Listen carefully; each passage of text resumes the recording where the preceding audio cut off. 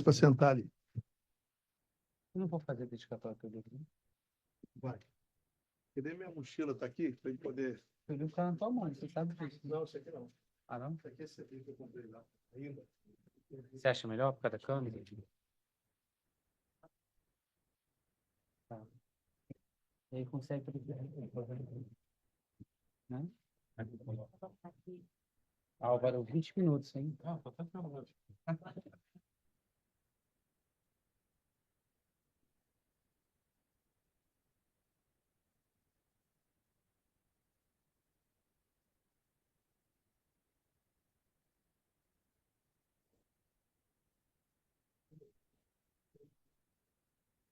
Não tem o vermelho? Começa logo? Não. Pode fazer? Então, gente, boa tarde a todos e todas. Desculpa o atraso devido ao nosso presidente da mesa. Vamos continuar então, com as palestras do horário da tarde, que são os debates sobre a função social dos bens públicos, à luz das pesquisas desenvolvidas no programa de pós-graduação estricto sensu de Direito da UERJ, nível de mestrado e doutorado. Então, fica o convite a todos a acompanharem as pesquisas e participarem do processo seletivo para o mestrado e doutorado na linha de Direito da cidade da UERJ. Nós vamos começar, então, com o professor doutor Álvaro Carlos Ramos Barbosa, que é advogado, doutor em Direito pela UERJ, que vai falar sobre o desafio dos instrumentos do artigo 182 da Constituição Federal para a função social da propriedade urbana. Seja bem-vindo, Álvaro, uma alegria, meu amigo. Obrigado. Quero agradecer o convite. É sempre uma alegria estar de volta aqui nessa casa, principalmente com pessoas assim, que eu tenho uma verdadeira estima e admiração, né? São amigos. Emerson, professor Alcino, e quero também realçar a presença da doutora Miriam e da doutora Lúcia, são arquitetas urbanistas e lecionam plano diretor lá no IAB. IAB não é Instituto dos Advogados do Brasil, não, é Instituto dos Arquitetos do Brasil, a gente sempre confunde, né? Pois bem, sem maiores delongas, eu já coloquei o PowerPoint lá. Como é que eu faço para chamar o Vai virar lá PowerPoint? pro vidro. Ah, no vidro? Não, ele vai compartilhar para você, Tá. quando ele aparecer. Ok, está aparecendo. Ali é o outro, né?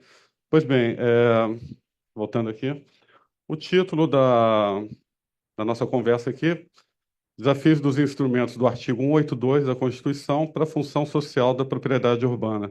Tem a ver com a tese que eu desenvolvi lá na UERJ, na PPGD UERJ, e dentro dos 20 minutos que foram alocados, a intenção, virei aqui no meu celular, esqueci de virar ali, perdão.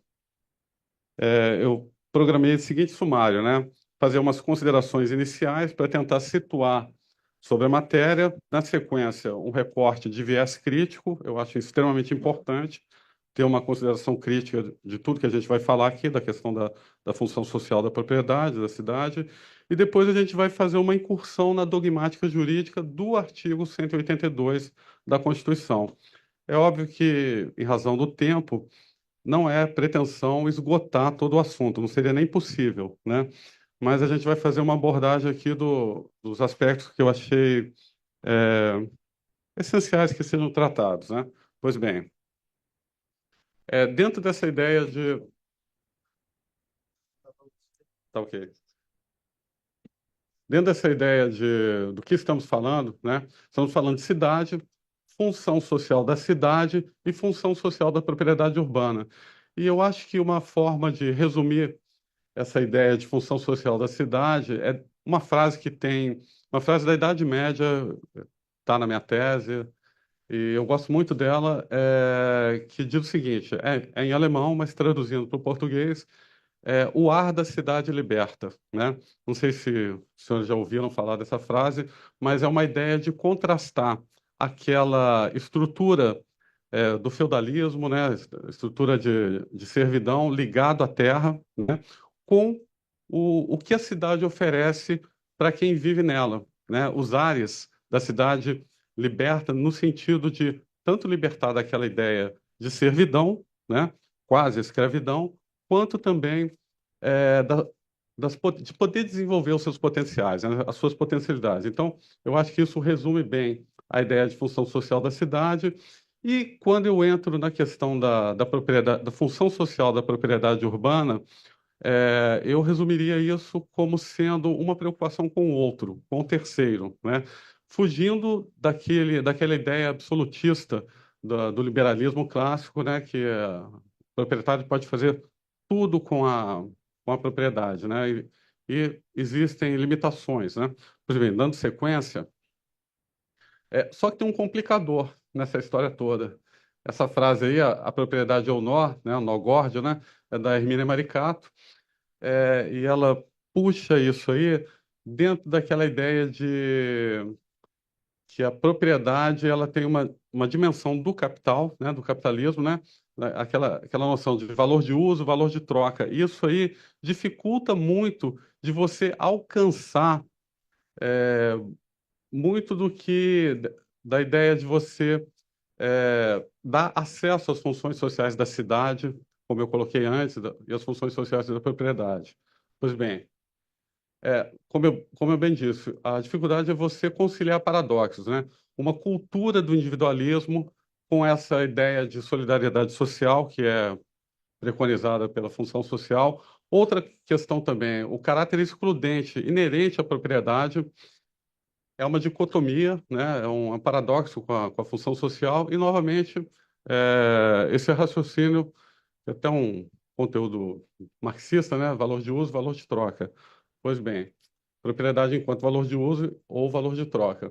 Isso repercute efetivamente no bem-estar dos habitantes das cidades, né? No pleno desenvolvimento das funções sociais da cidade. Aí eu coloco ali transporte lotado, essa questão das ruas inundadas, aquela clássica fotografia ali da favela de Paraisópolis com Morumbi e uma questão ali do saneamento, né? Uma dificuldade de saneamento naquela fotografia.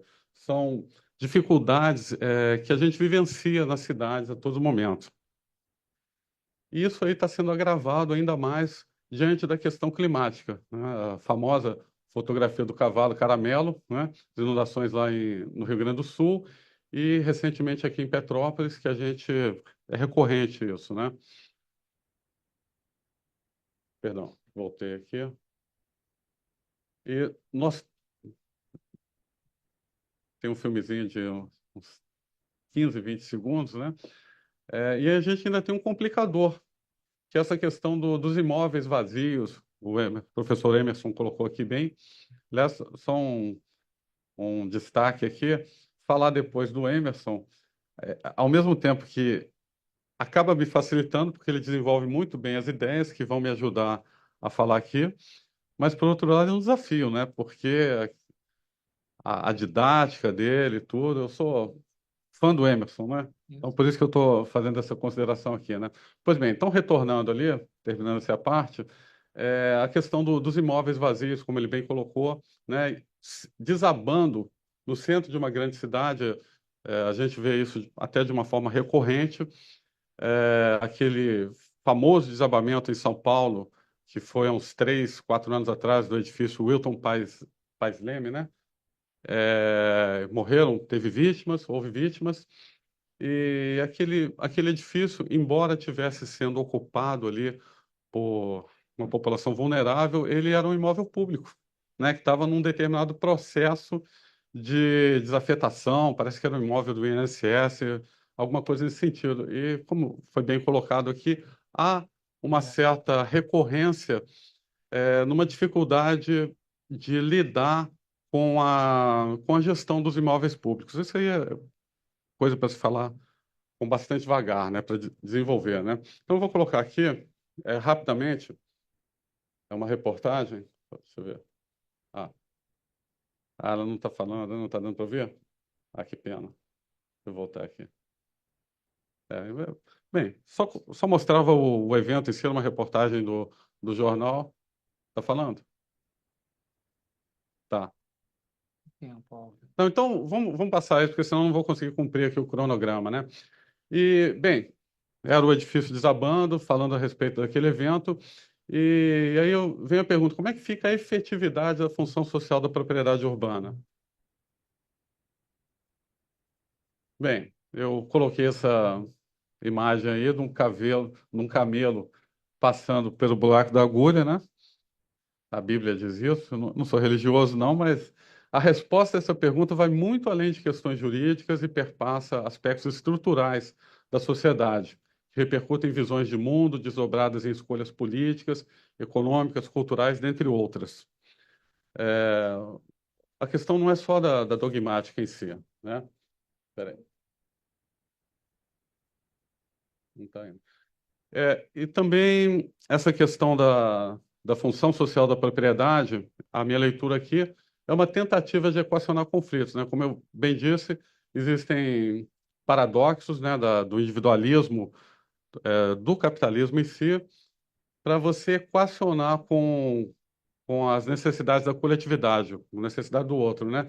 Então, como eu bem coloquei ali, isso aí remonta a São Tomás de Aquino, que foi o primeiro que trouxe essa ideia de solidariedade social, e mais adiante, no final do século XIX, o Papa Leão XIII, ele publicou a encíclica Rerum Novarum, né?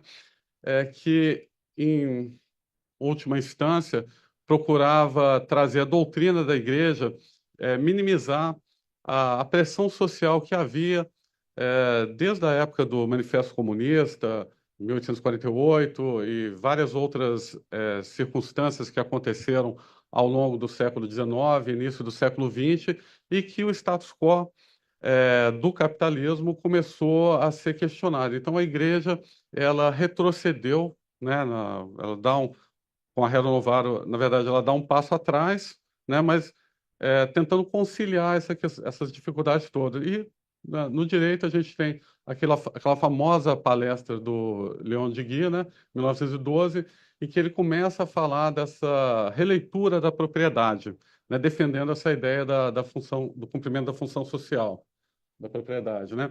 E, como eu bem coloquei, no final das contas, isso tudo reflete os embates entre capital e trabalho, né? Que explica parte da pressão sobre as cidades. Não estou falando ainda especificamente sobre o Brasil, porque o Brasil, aqui, a gente só vai começar a ter essa pressão principalmente a partir da industrialização com o Estado Novo, né? Que ele tem um programa desenvolvimentista, e aí as cidades que não tinham essa pressão de direitos sociais, né, principalmente moradia, infraestrutura, começa a sofrer. E aí eu começo a falar do Brasil, como é que essa história se desenvolveu? Exatamente com isso, com a inserção das cidades no processo produtivo aqui no Brasil. Foi uma fórmula que era uma fórmula adotada. O capitalismo ele sempre busca expandir, né, sempre o lucro, né? E havia uma corrente que queria modernizar o país deixando que ele deixasse de ser agrário e com aquela visão colonial e passasse a ser industrial, né? Então, foi o que eu coloquei. Ao mesmo tempo, era uma dinâmica da expansão do capitalismo, né? Isso ocorreu efetivamente com o Estado Novo. O programa que Getúlio Vargas adotou foi efetivamente desenvolver a indústria no país, né? E também, dentro daquela lógica da pressão social, ter um controle sobre as demandas das classes trabalhadoras. E aí a gente começa a ver o início do Estado Social no Brasil, né? Só que a maneira como isso foi conduzida trouxe uma série de efeitos colaterais, né? Porque foi uma industrialização excludente. À guisa de ilustração, os primeiros organismos, né, os primeiros órgãos que cuidavam da habitação, até antes e depois os IAPs, né, de Getúlio Vargas, eles se preocupavam basicamente com quem tinha carteira assinada. Então, quem não fosse do mercado formal de trabalho, não tinha acesso à habitação, né? E, independente disso,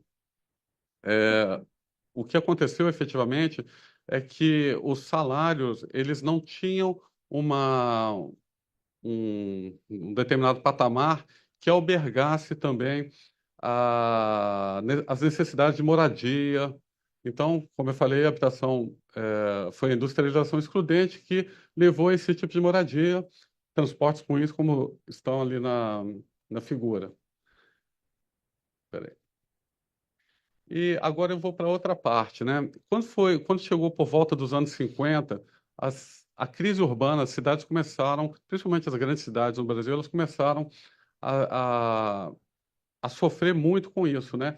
E uma série de intelectuais, principalmente os arquitetos e urbanistas, mas isso foi bem multidisciplinar, começaram a conduzir alguns projetos, algumas reuniões para tentar lidar melhor com isso. Isso nos anos 50, até chegar no famoso seminário do Hotel Quitandinha, em 1963, onde foi formulada uma série de diagnósticos e conclusões que foram depois adotadas na legislação brasileira.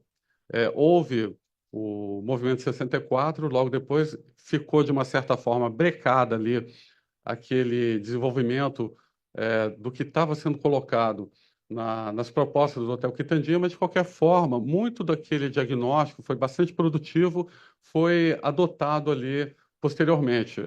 Vou citar aqui a questão de você ter uma fonte de financiamento para habitação. Então, foi criado o Sistema Financeiro de Habitação, o BNH, né? Mas, infelizmente, se eu começar a entrar nisso, a gente não vai conseguir cumprir aqui o cronograma, né? Então, eu vou ser bem sintético nessa questão, né? Até chegar à Constituição de 88, com a redemocratização e a Constituição de 88, aonde houve a famosa emenda popular, né? Que queria inserir dentro da nossa Constituição um capítulo que tratasse da questão urbana. Inicialmente eram 23 artigos, mas foi esvaziado no trâmite lá do processo constituinte e gerou efetivamente dois artigos, que é o 182 e o 183. 183 o Emerson falou aqui, e o 182 basicamente o que eu estou colocando aqui, é, principalmente da questão da falta de efetividade dos instrumentos de coerção para que seja cumprida a função social da propriedade. Dando sequência ali.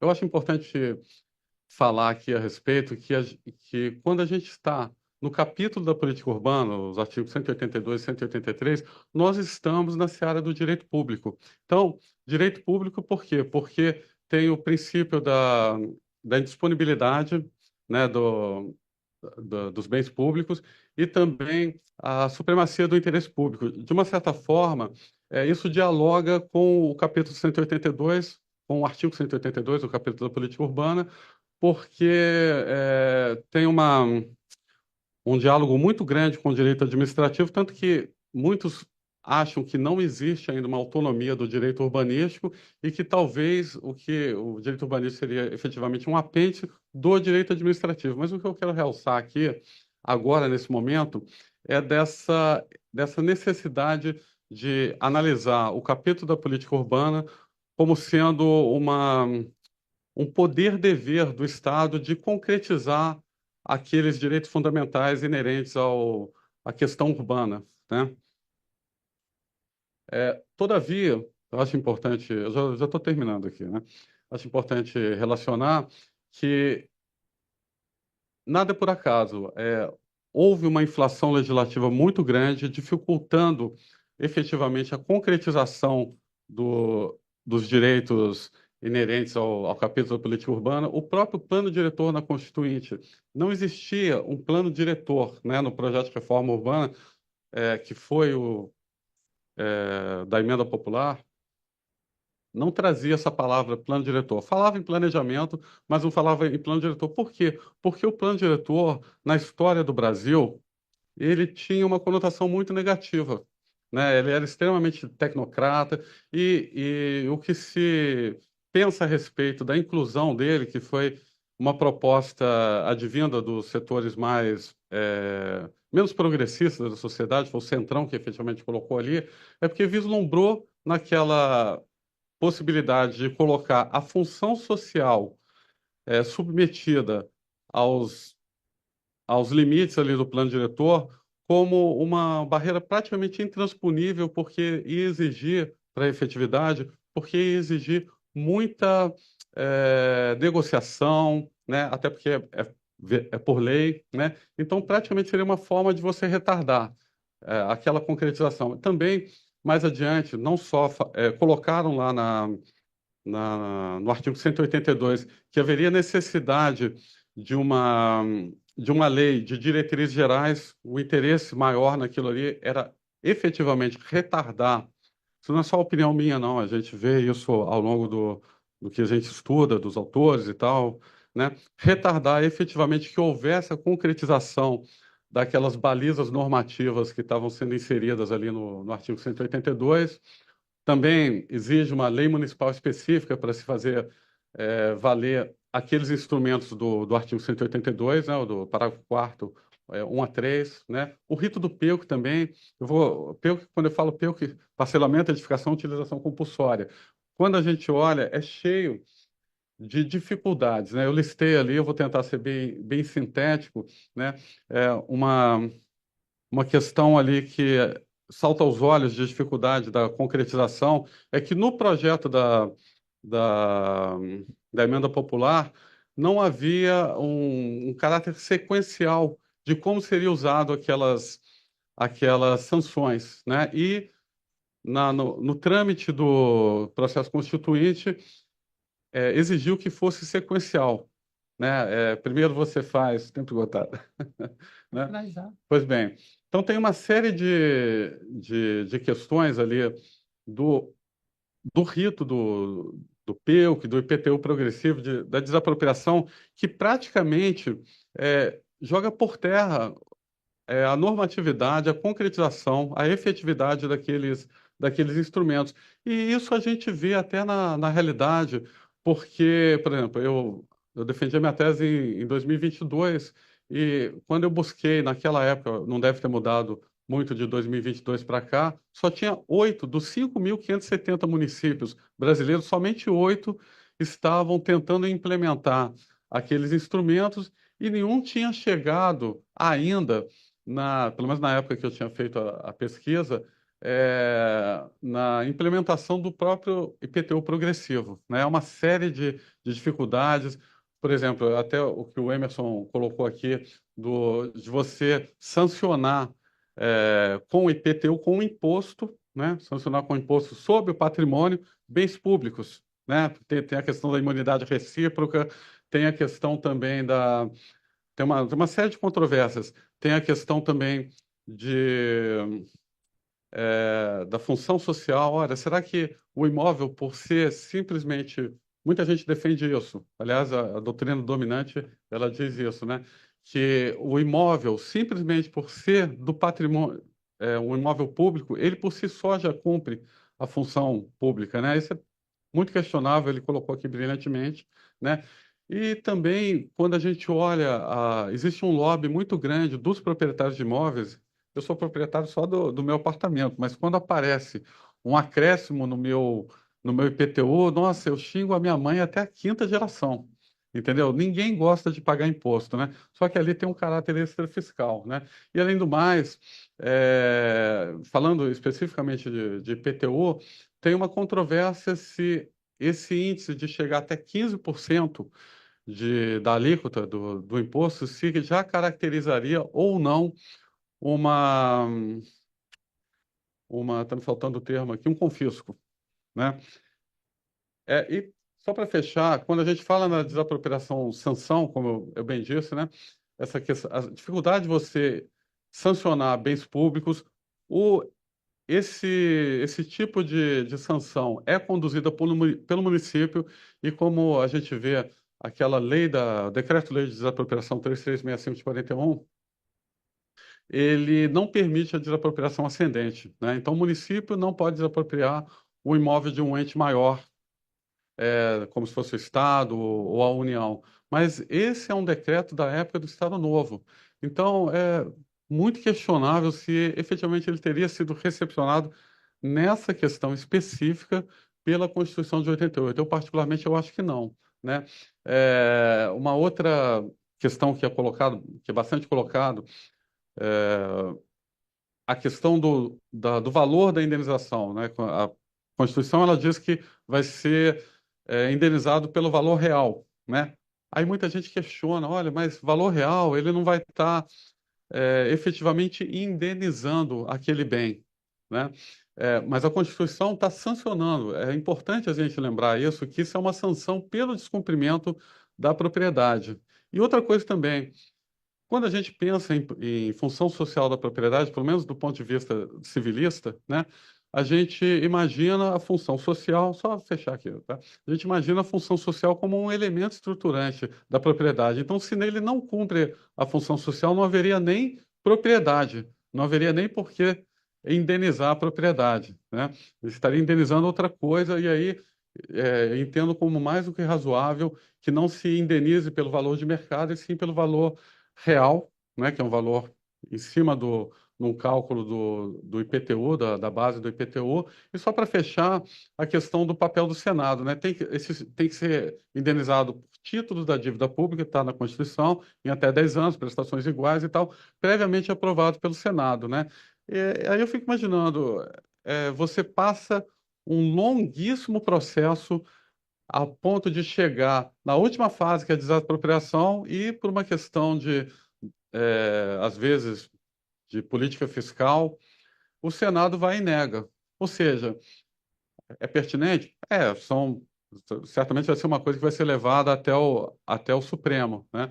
Mas o que eu estou falando é que existe toda uma dificuldade para que efetivamente esses instrumentos de sancionamento pela falta de cumprimento da função social da propriedade, eles ganhem concretude. Fechando, como eu bem disse, são questões metajurídicas que estão por trás disso. No final das contas, tem que haver mudanças legislativas, como eu falei, aquele decreto-lei da desapropriação e a questão da hermenêutica, como é que você vai interpretar todos esses instrumentos. É importante ter um viés de autonomia do direito urbanístico para a gente tratar esses assuntos, porque se a gente for fazer por uma leitura civilista, dificilmente a gente vai conseguir superar esses óbitos, essas dificuldades. E isso tudo, naturalmente, com a participação da população, né? Porque é uma questão política. Você precisa fazer pressão. Eu terminei aí. Só quero dizer aquela frase ali do Dom Quixote: mudar o mundo, amigo Chance. Aliás, não é do Dom Quixote, não, é do escudeiro dele, né? Mudar o mundo, amigo Sancho, não é loucura, nem utopia, mas sim justiça. Estou falando isso porque espero que um dia a gente consiga ver uma cidade brasileira entre aquelas 10 de melhor índice de qualidade de vida. Eu peguei as 20 últimas, não aparece nenhuma do Brasil. Só isso. Muito obrigado. Muito bom, doutor Álvaro. É, eu vou aproveitar e chamar algumas pessoas para compor a mesa está vazia, né? Então vamos chamar a professora Maria Isabel Pomaroli, que vai fazer a próxima palestra sobre economia de compartilhamento sobre bens imóveis públicos ociosos urbanos. Seja bem-vinda, Isabel. Eita. Chamar a professora doutora Caroline Rodrigues Ribeiro, que depois vai falar de dever e responsabilidade estatal sobre a utilização de área ociosa reservada para infraestrutura urbana. E depois a gente faz o bloco final com as falas do Misael, da Natália e do Álvaro, tá ok? Então, imediatamente passando para a professora Maria Isabel Pomaroli, que é advogada e é mestre em Direito pela UERJ, e trabalhou esse tema importantíssimo sobre o mecanismo da economia de compartilhamento para reduzir a ociosidade do bem público. Seja bem-vinda. Obrigada, professor Emerson. Esse daqui tá ligado? Tá ótimo. Bom, primeiro eu quero... Agora sim. Primeiro eu quero agradecer meu querido professor Emerson Moura pelo convite. Para quem não sabe, o professor Emerson foi meu co-orientador e eu defendi a minha dissertação em 2020, na pandemia. Então, eu não te vejo há 5 anos. Estamos sem nos ver há 5 anos presencialmente. Te comprei chocolates na época, mas entrou a pandemia, então eu comi o chocolate. Peço desculpas, porque, por óbvio, eu não trouxe, ficou sem. Mas fica para outro momento. Daqui 5 anos. O chocolate tinha função social, sabe? Pessoal, também quero agradecer muito ao Fórum de Direito da Cidade e à EMERGE, na figura do nosso querido professor desembargador Marcos Alcino, que não está aqui, mas precisou sair, mas daqui a pouquinho deixo um abraço para ele. E cumprimento a todos os presentes, na figura aqui da minha querida colega de mestrado, professora Caroline Ribeiro, que está aqui com a gente, uma querida também. Pessoal, então, né, eu explorei no mestrado a pesquisa acerca da possibilidade da aplicação da economia de compartilhamento sobre bens imóveis públicos ociosos, né? Que é basicamente o título aqui da nossa conversa. Mas, para início de conversa, fica aí uma pergunta. Afinal, o que vem a ser um imóvel público ocioso urbano? A gente está aqui na Emerge, né? Isso daqui é um imóvel público que pertence provavelmente ao Estado do Rio de Janeiro, ao patrimônio do Estado do Rio de Janeiro. Já abrigou a PGE antes de abrigar a Emerge, né? Então, pensem comigo, né? Se a Emerge desocupasse esse imóvel aqui hoje para ir para um espaço melhor, e semana que vem esse imóvel tivesse desocupado, a gente pode considerar esse imóvel como um imóvel público ocioso nesse curto intervalo de tempo? Bom, pessoal, então as balizas, né, de um possível conceito de bens imóveis públicos ociosos no direito brasileiro, elas se relacionam, então, à condição, né, de desuso, o imóvel não está sendo usado. 2, a questão da titularidade do domínio, então ele precisa necessariamente pertencer a uma pessoa jurídica, né, de direito público. E 3, a função social que o bem deveria desempenhar, mas não desempenha. Seja ele um bem afetado, seja ele um bem não afetado. E, para mim, ainda há uma questão essencial a ser respondida. Qual é esse período temporal de desuso necessário para a gente poder considerar um imóvel público como ocioso? E aí, na minha dissertação, o professor Emerson vai se lembrar, eu achei necessário colocar ali 2 dimensões do desuso: o desuso permanente e o desuso determinado. O que viria aqui a ser o desuso determinado, né? Seria basicamente aquele que diz respeito aí aos bens imóveis públicos não utilizados momentaneamente, né? Tendo ali em vista a existência de um plano, um planejamento formal para o uso daquele local. Então, vamos voltar aqui no exemplo da Emerge, esse imóvel, né, público aqui, onde nós estamos. Vamos supor, então, que a Emerge vai desocupar esse imóvel na semana que vem e que, sei lá, mês que vem, o Tribunal de Justiça colocasse aqui uma grande biblioteca. É um exemplo, tá, gente? A gente gosta muito da Emerge ser aqui, tem que sempre falar, porque agora que são feitos vários recortes durante a nossa fala, a gente tem que deixar muito explícito. Amamos a Emerge aqui. Mas, gente, né, voltando aqui para a questão do desuso determinado, diz respeito, então, a uma não utilização momentânea e planejada, a um planejamento em torno desse desuso. Já no caso do desuso permanente, agora sim, agora melhor. Já no caso do desuso permanente, né, o imóvel público ele não é utilizado pela administração pública, nem tem a perspectiva de voltar a ser ou de ser utilizado pela administração pública, seja ele afetado ou não afetado, né? Então, é o caso de imóveis abandonados, que por vezes, por exemplo, não são listados em inventários do ente ou da entidade pública, que muitas vezes são ocupados ou são explorados ali indevidamente por terceiros, né? Caso típico do Rio de Janeiro, né? Sem qualquer interferência ou sem qualquer discordância do titular do domínio, né? Então, em outras palavras, basicamente são fruto aí de uma má gestão do patrimônio imobiliário público e de uma postura estática da administração pública, né? Sendo aí uma situação de ociosidade estática, né? Por conta de uma perspectiva praticamente nula de funcionalização desse bem. E, pessoal, é sobre essa dimensão de desuso, né, permanente que eu quero caminhar aqui nessa conversa.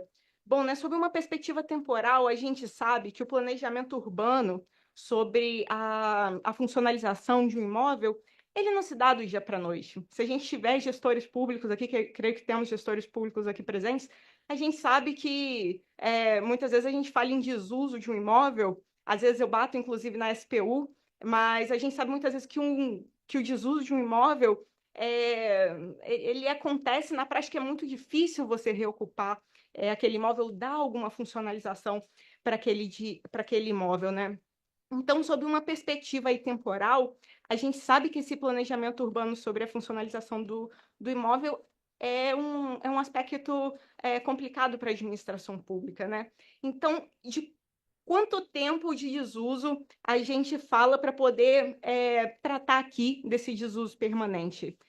Gente, eu defendo, né, que não é ideal se falar aí um prazo único para ociosidade para todos os entes, né? A gente vive em um país de dimensões continentais e os problemas de um imóvel público aqui no Rio de Janeiro, que pode ser aí o risco de desabamento de um determinado imóvel, não é o mesmo problema do desuso de um imóvel público, por exemplo, em Campos dos Goytacazes, que pode ser ali uma possível infestação de ratos, que gere um grande problema, né, ali para um bairro inteiro. Então, as características e as peculiaridades, né, de cada ente e sua relação ali com os imóveis públicos em desuso, ela deve ser aí, observada para se falar em ociosidade.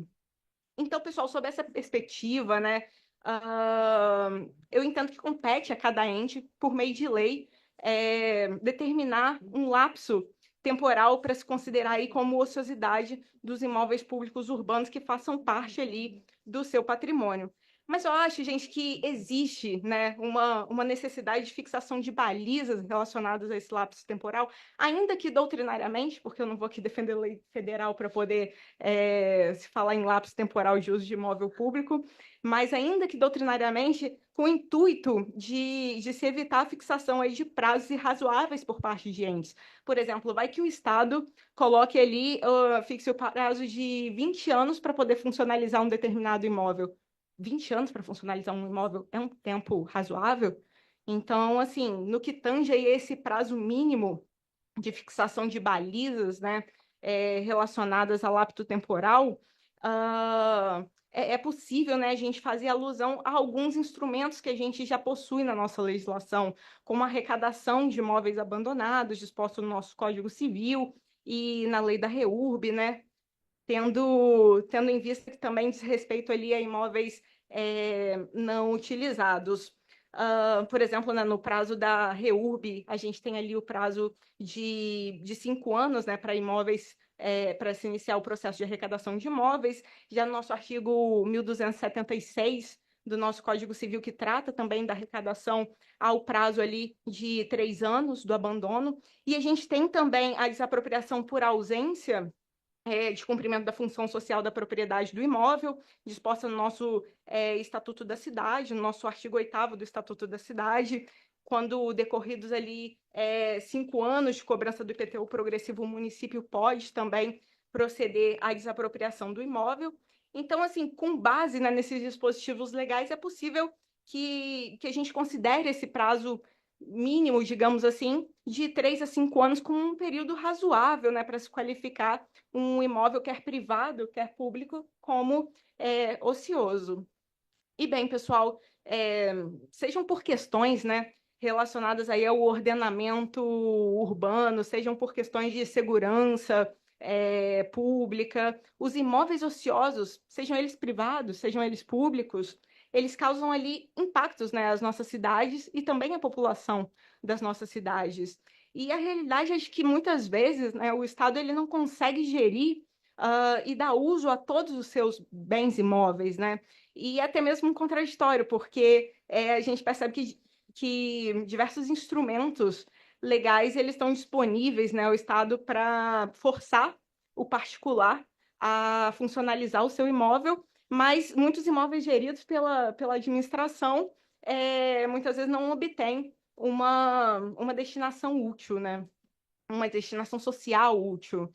Então, enfim, né, a gente está tratando de bens imóveis aqui. Se você tem uma casa própria, né, por exemplo, isso é um ativo financeiro. Você declara a sua casa no imposto de renda, ou pelo menos deveria declarar, né, profissional? Tem gente que não declara.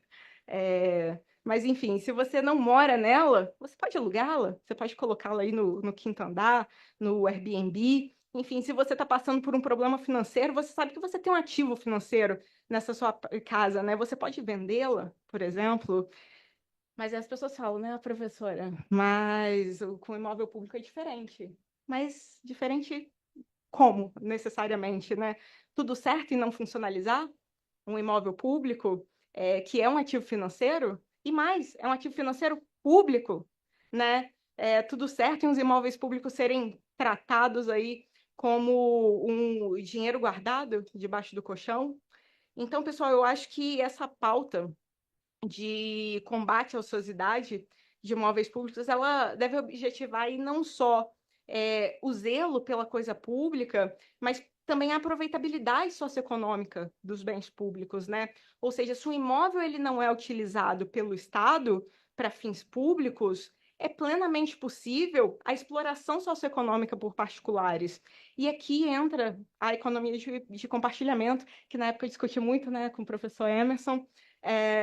Enfim, né, eu entendo que a função social da propriedade pública, ela pode e ela deve também se realizar aí por meio do aproveitamento das capacidades excedentes do bem. Não dá muito tempo da gente entrar aqui em conceitos de economia, mas basicamente, né, de modo a promover a utilização econômica eficiente dos bens, né, geridos pelo Estado. Ou seja, né, eu acredito que a propriedade pública, ela não mais se justifica em si mesma, como lembrou o nosso colega Álvaro, mas sim pela a maximização, né, do uso para a sociedade, também pela sociedade. E diante disso, a utilização, né, da economia de compartilhamento, ela se justifica aí em um contexto no qual o Estado passa a atuar como um agente econômico, ou seja, como um gestor de um grande patrimônio. A gente precisa necessariamente o Estado não é por ter, né, os imóveis que pertencem a toda a coletividade que ele é dono dos imóveis públicos. Ele é um gestor de um grande patrimônio, né, na busca aí pela máxima eficiência dos bens que gere. E aqui eu friso, pessoal, que o termo economia de compartilhamento adquiriu um novo significado a partir da crise financeira americana de 2008, né?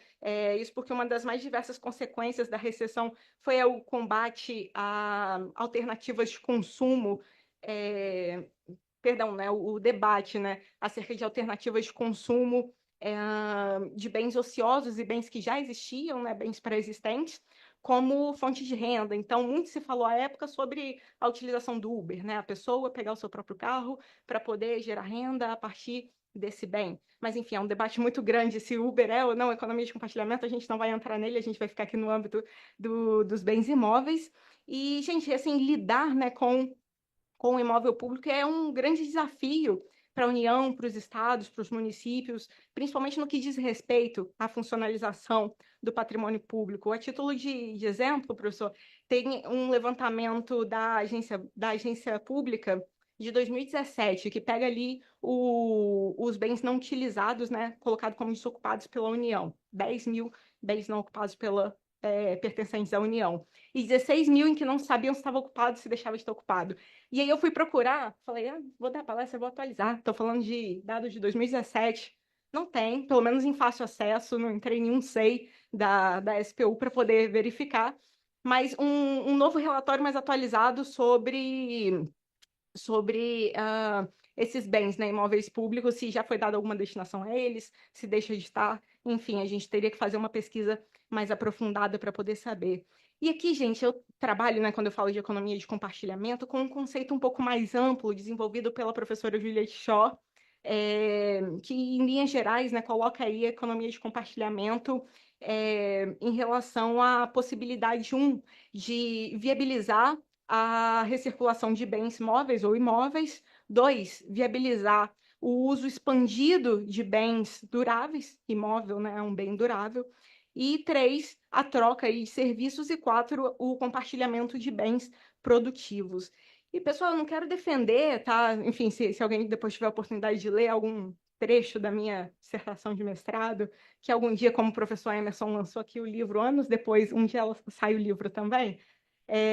Mas, enfim, eu não pretendo defender a economia de compartilhamento como mais um instrumento jurídico, porque ela, na verdade, não é um instrumento jurídico, é um nada jurídico. Eu estou falando de economia, né? Não de direito. E tem gente que vai criando ali características para poder colocar, não, você tem que fazer isso aqui para poder conseguir dar utilidade a um determinado imóvel público. Pessoal, a economia de compartilhamento é, em linhas gerais, a grossíssimo modo, a possibilidade de compartilhar um bem para fins de giro econômico. Então, o que eu pretendi comprovar na pesquisa é que, na verdade, os ideais da economia de compartilhamento eles podem aprimorar essa gestão de bens imóveis públicos. O que a gente defende, então, é a possibilidade de gestão e exploração de bens imóveis públicos, né, urbanos, ociosos, por particulares, né? E um exemplo que eu utilizei no âmbito da minha dissertação, da minha pesquisa de mestrado, foi o programa Reviver Portugal, que antes de ter o Revive Centro, né? Aqui no Rio tinha já esse programa, né? É outro nome. Reviver Centro. Enfim, é o programa Revive Portugal, Revive e Reviver. Pronto.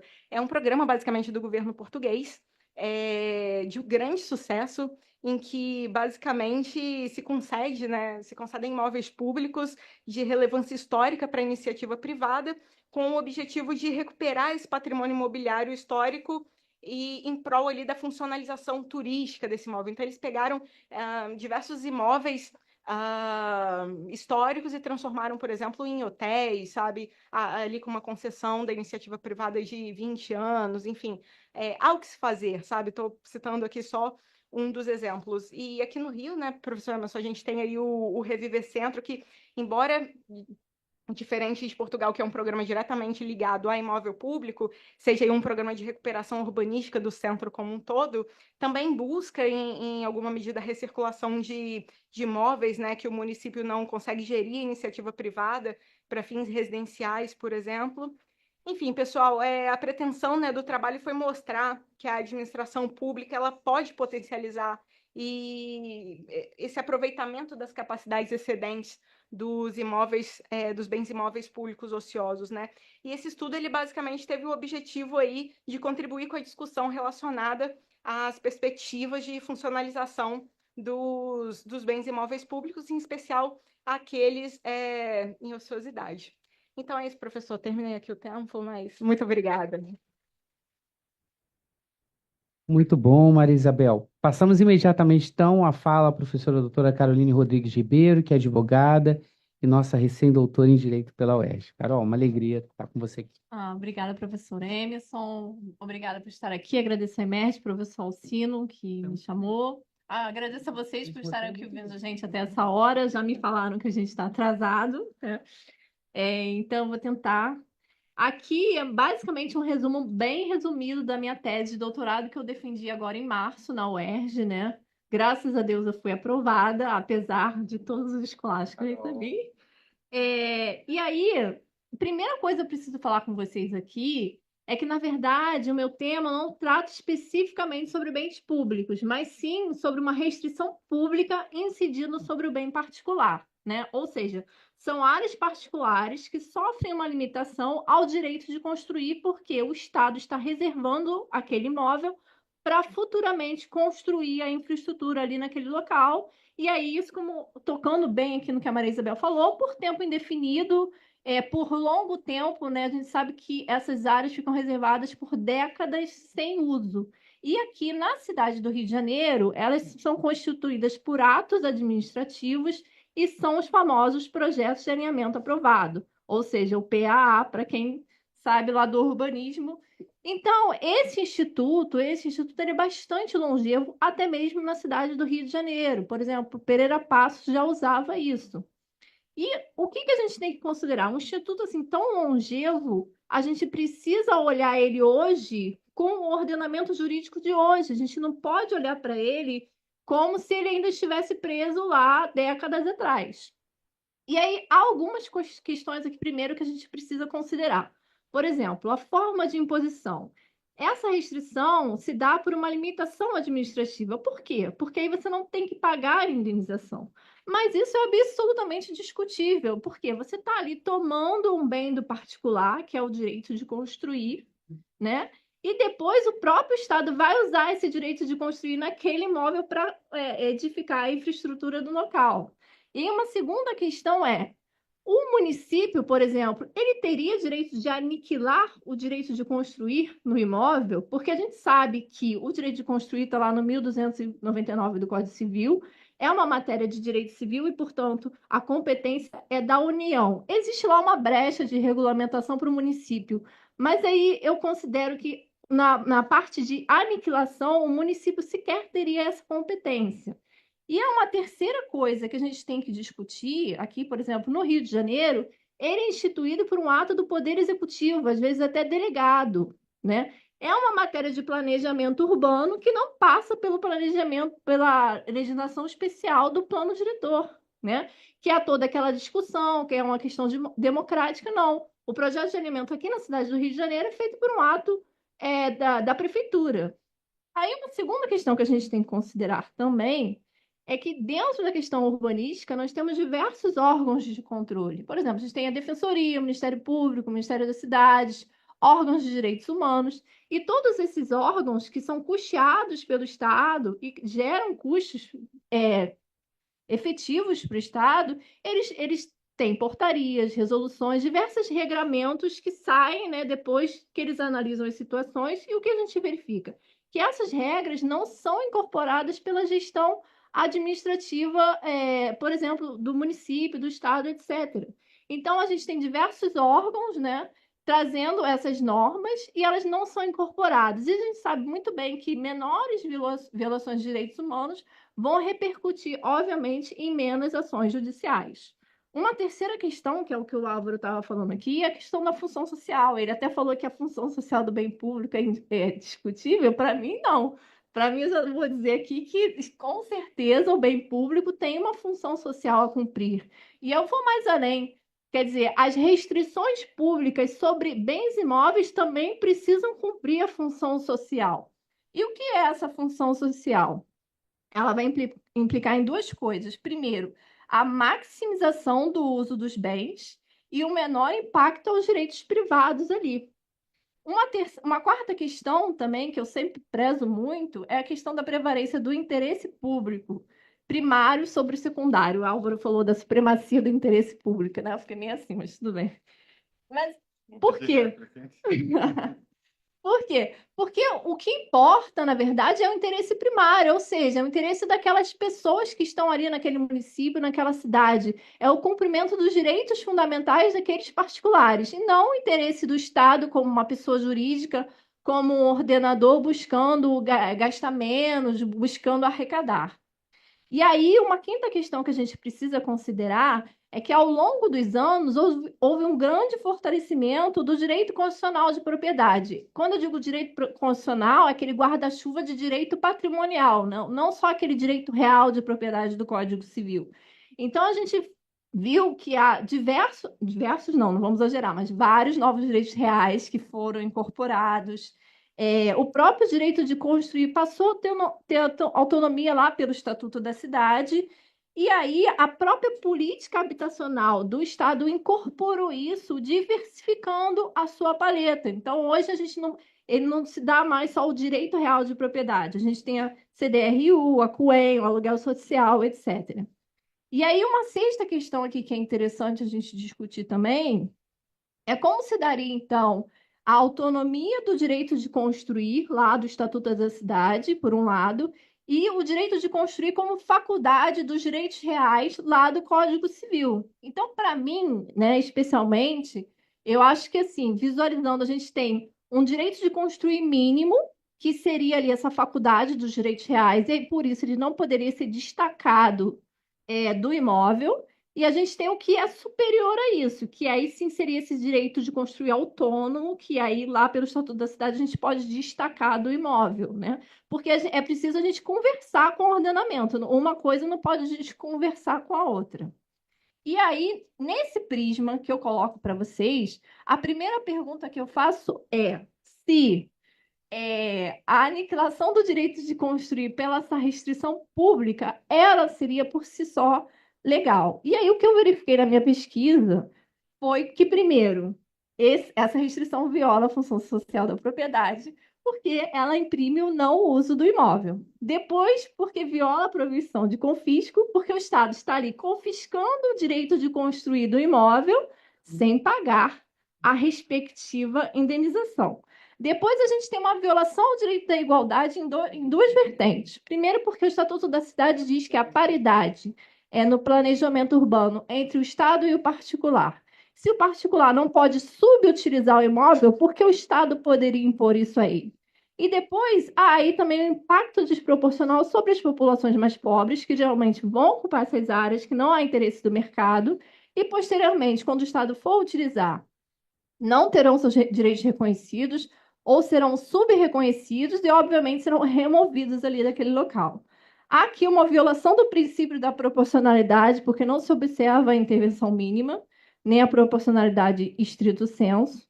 Há aqui também um abuso de direito do Estado, porque essa restrição não traz nenhuma utilidade contemporânea para o Estado, enquanto está ali comprimindo o direito fundamental daquele particular. E há também o enriquecimento ilícito do Estado, porque, como eu falei para vocês, o Estado posteriormente vai adquirir aquele imóvel na desapropriação por um valor menor, porque não está computando o direito de construir. E aí, uma segunda pergunta que eu faço é a questão que a Maria Isabel falou, da duração temporal dessa restrição. Ela está ali andando com o imóvel vários anos, décadas, etc. Essa duração temporal indefinida, sem o prazo certo, ela é legal? Então, primeiro a gente tem que considerar que o Estado está vinculado a prazos. Você tem prazo para o Estado fazer uma sanção penal, uma sanção administrativa. A gente tem as omissões constitucionais lá da DPF, mandado de injunção, e a própria responsabilidade civil do Estado por omissão. E aí, o que eu considerei na minha pesquisa é que essa duração temporal dessa restrição também é ilegal, porque, novamente, ela vai violar o princípio da eficiência, porque ela faz com que o Estado tenha um comportamento protelatório, quando, na verdade, ele devia ser diligente no seu dever de agir, e esse próprio falta de pagamento de indenização vai fazer com que o Estado regule mais do que é necessário. Há também um abuso de direito, porque, novamente, essa duração temporal não vai trazer nenhum benefício para o Estado e continua comprimindo um direito fundamental. Há uma nova violação do direito da proporcionalidade em relação à razoável duração do planejamento, do processo de planejamento urbano, e até mesmo em relação à proteção ineficiente ao direito fundamental de propriedade, que existe ali, que também é um viés do princípio da proporcionalidade, e a questão da extinção do direito, quer dizer, é uma situação temporária que simplesmente perdura por tempo indefinido. Isso não existe. Por exemplo, se esse imóvel tivesse uma construção irregular ali, passaria a contar prazo para o Estado para demolir aquele imóvel, depois do qual ele não pode mais demolir. Tá bom. E aí eu pergunto, então, se só tiver restrição, não tem prazo nenhum para essa restrição incidir? Sim, não é possível. E aí, o que eu fiz aqui? O que eu observei é que, na verdade, essa omissão do Estado é sim uma omissão específica que não é tolerada pelo ordenamento. E eu, obviamente, não desconsidero a nossa realidade e sei que se eu propor a tese aqui de que a restrição por si só é ilegal e não pode ser mais aplicada, ninguém vai aplicar essa tese. Então, eu passei a pesquisar qual que seria um prazo, que a Maria estava falando ali, em relação especificamente à restrição, para que o Estado pudesse incidir, mas que não violasse por demais o direito fundamental de propriedade, né? E aí, a gente não tem um prazo máximo estabelecido na legislação, mas a gente, mesmo assim, pode doutrinariamente estabelecer um prazo, utilizando, por exemplo, o direito comparado e a analogia. Aqui, no direito interno, a gente tem alguns institutos que são semelhantes. Por exemplo, e por quê, né?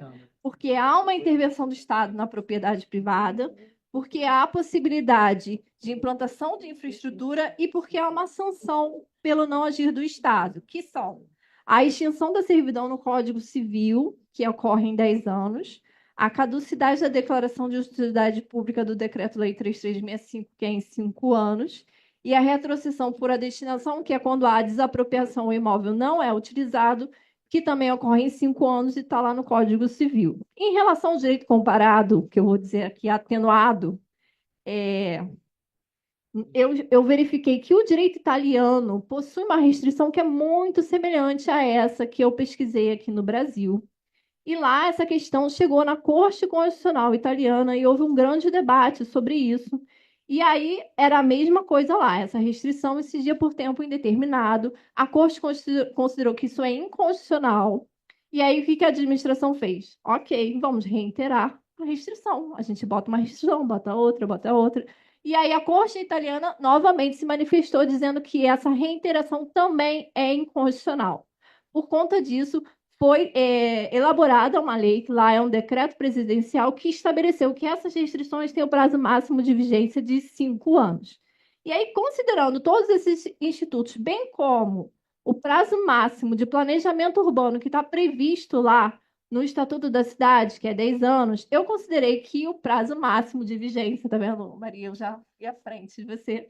O prazo máximo de vigência dessa restrição seria de 5 anos, depois dos quais voltaria a incidir para aquele imóvel o mesmo planejamento urbano dos seus vizinhos, né? E aí essa restrição não poderia ser renovada porque violaria o prazo máximo de 10 anos lá do Estatuto da Cidade. Eu também fiz uma análise, considerando, ainda tem um tempo, a teoria dos motivos determinantes do desvio de poder, mas eu não vou falar, mas por essas duas teorias também consideraria que é ilegal. E aí, como é que a gente faria, então, para conciliar interesses privados que estão ali naquele imóvel com interesses públicos que podem ainda permanecer ali? O que o Estado pode fazer nesse caso, já que a restrição passou do prazo? O que ele pode fazer é manter esse imóvel na sua funcionalidade mínima, ou seja, naquele direito de construir básico ali, em que pode ser utilizado para construir uma casa, pequenos negócios, etc., que, obviamente, quando houver a desapropriação, terão que ser indenizados, mas não vai ser um prédio de 20 andares que aí realmente inviabilizaria, mas aí você mantém o imóvel com a sua função social mínima, né? E aí observa tanto o direito do Estado quanto o direito do particular. Eu acho, assim, que não há um comprometimento de necessidades futuras da cidade, porque isso ocorreria, na verdade, se a gente comprometesse as necessidades das pessoas que estão vivas hoje. Não há também um comprometimento em relação à função social da cidade, porque o bem que está cumprindo a sua função social, ele, na verdade, está melhorando a cidade. E, assim, a minha proposta aqui na minha tese, né, eu até considero ela um pouco conservadora, porque em outros países, o que a gente verifica é que o direito de construir vai conviver com a infraestrutura no mesmo imóvel. Então, basicamente, né, apertada síntese, esse foi a minha pesquisa no doutorado. Eu agradeço muito. Muito bom, doutora Caroline. É, Nós tivemos aqui 3 trabalhos da pós-graduação muito interessantes em relação, né, à ociosidade dos bens públicos e instrumentos, né? O Álvaro parte do 182, né, da utilização do IPTU progressivo, dos deveres de edificação, utilização ou parcelamento, e a ideia da desapropriação urbanística sancionatória como instrumentos que estão correlacionados com o planejamento urbano e que são importantes para garantir a afetação do bem público a efetivamente, ou melhor, atendimento, na realidade, do bem público, à sua finalidade. A Isabel, ela trabalha a questão da ociosidade, eu acho que ela avança até em relação à minha tese, que ela propõe, primeiro ela e depois a Carol, a fixação de um período para essa ociosidade e trabalha a ideia da economia de compartilhamento como uma forma de garantir essa funcionalização. Na época a gente discutiu muito sobre isso, que eu achei isso muito liberal, né? A exploração econômica do Ele bem falou que ia público. privatizar, gente, os bens. Eu pensei que ela estava muito de direita, mas talvez depois das direitas que tivemos desde então, hoje eu olho para o trabalho dela com uma visão melhor. E a Carol, por mais que ela ache que não esteja falando de função social de bens públicos, ela acaba delimitando bem, né, que o Estado também, nessa busca por tentar funcionalizar a ação pública, ela não pode violar o direito de construir, não pode também utilizar a infraestrutura como uma ociosidade permanente e inócua das coisas públicas. Então, nessa primeira rodada, né, antes de eu passar para a última rodada de hoje, fico muito feliz com a pesquisa de vocês 3, que avançou bastante no tema. Então, eu queria parabenizar a mesa e entregar os certificados.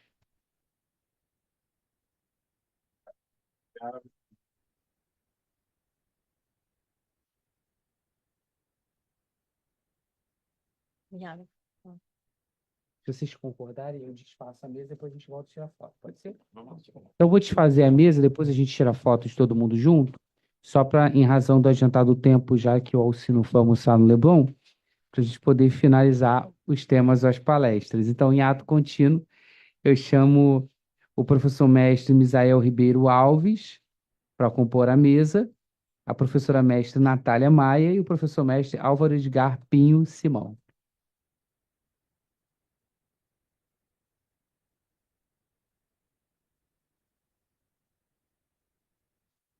Aqui a gente vai ver uma função social um pouco mais inesperada. Vamos olhar a função cultural dos bens públicos, vamos observar a função de lazer que os bens públicos têm e vamos discutir a função que os bens públicos têm na redução do racismo territorial. Então, acompanha-se aqui o andamento das pesquisas em direito da cidade, num campo além do esperado que eu imaginava com o trabalho.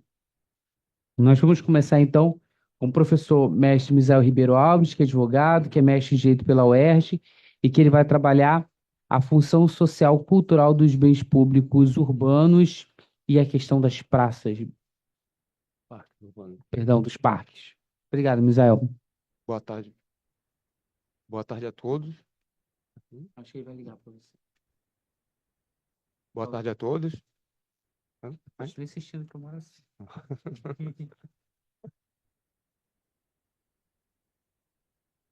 Não. Olha, é prece. Boa tarde a todos. Acho que o microfone dele está desligado. Alô? Alô? Queria que você pode gravar. Queria que você pode gravar. Alô? Oi. Boa tarde a todos, a todas. Eu quero agradecer o convite do professor Marcos Alcino, presidente do Fórum Permanente de Direito da Cidade na Emerge. Eu quero também agradecer inicialmente ao professor Emerson Moura, quem eu tenho uma grande satisfação de dividir a mesa, né? Grande colaborador da minha dissertação. Eu falo sobre esse trabalho faz parte de né, eu tenho uma dedicação especial a esse trabalho porque eu estudei o bairro onde eu residia, né? Então eu falo sobre a função social cultural da propriedade urbana, que seria essa função cultural da propriedade urbana. Essa função cultural seria a utilização da cultura, né, para a criação de cidades inclusivas, cidades sustentáveis, promovendo espaços urbanos em valor social, né, com rico valor social. Meu nome é Misael, novamente, né? Misael Ribeiro Alves da Silva, sou advogado, eu sou mestre em Direito pela UERJ, na linha de Direito da Cidade, e eu dedico a minha pesquisa à interseção entre a sustentabilidade e o patrimônio cultural. O que é cultura, né? A gente vai começar a falar sobre o que é cultura, né? Começar com a pergunta. Cultura é a vestimenta, cultura é a dança, a culinária, a memória, o folclore, a arquitetura. E cultura não é somente a mensagem, mas também a transmissão dessa mensagem. O que seria essa transmissão dessa mensagem? A mensagem intergeracional e intrageracional. É importante a gente compreender essa noção de cultura porque o estudo busca a justificativa né, sustentabilidade sociocultural nos espaços urbanos, diante do grande acervo das cidades brasileiras com bens ociosos, né? Então, a gente passou a fazer tem a Estação Leopoldina, quem não lembra como é que era a Porto Maravilha, né? Era um espaço ocioso.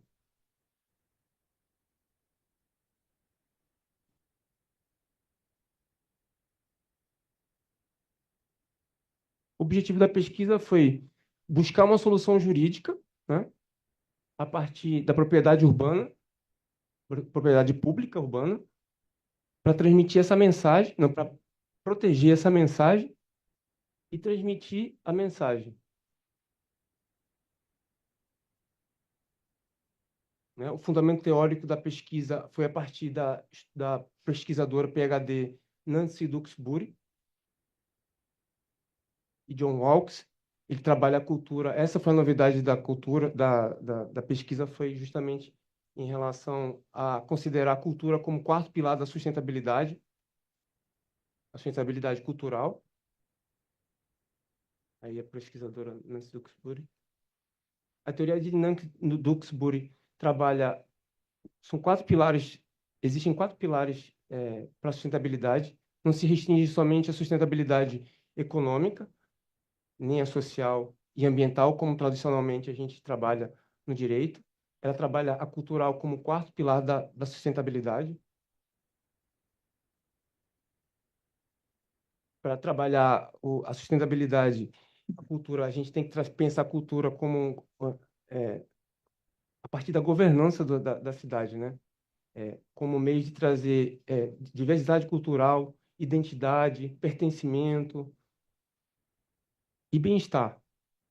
E a cultura é pensada assim, sobre dois aspectos, nesse caso, na minha pesquisa. A gente pensou, eu pensei a partir de uma forma abrangente e subjacente. Por quê? Abrangente é quando a cultura influencia a governança.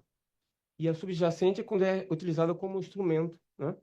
Ela é um instrumento para viabilizar determinadas características. Você quer aumentar naquela determinada área da cidade uma maior diversidade cultural, você utiliza a cultura como instrumento de subjacente, né?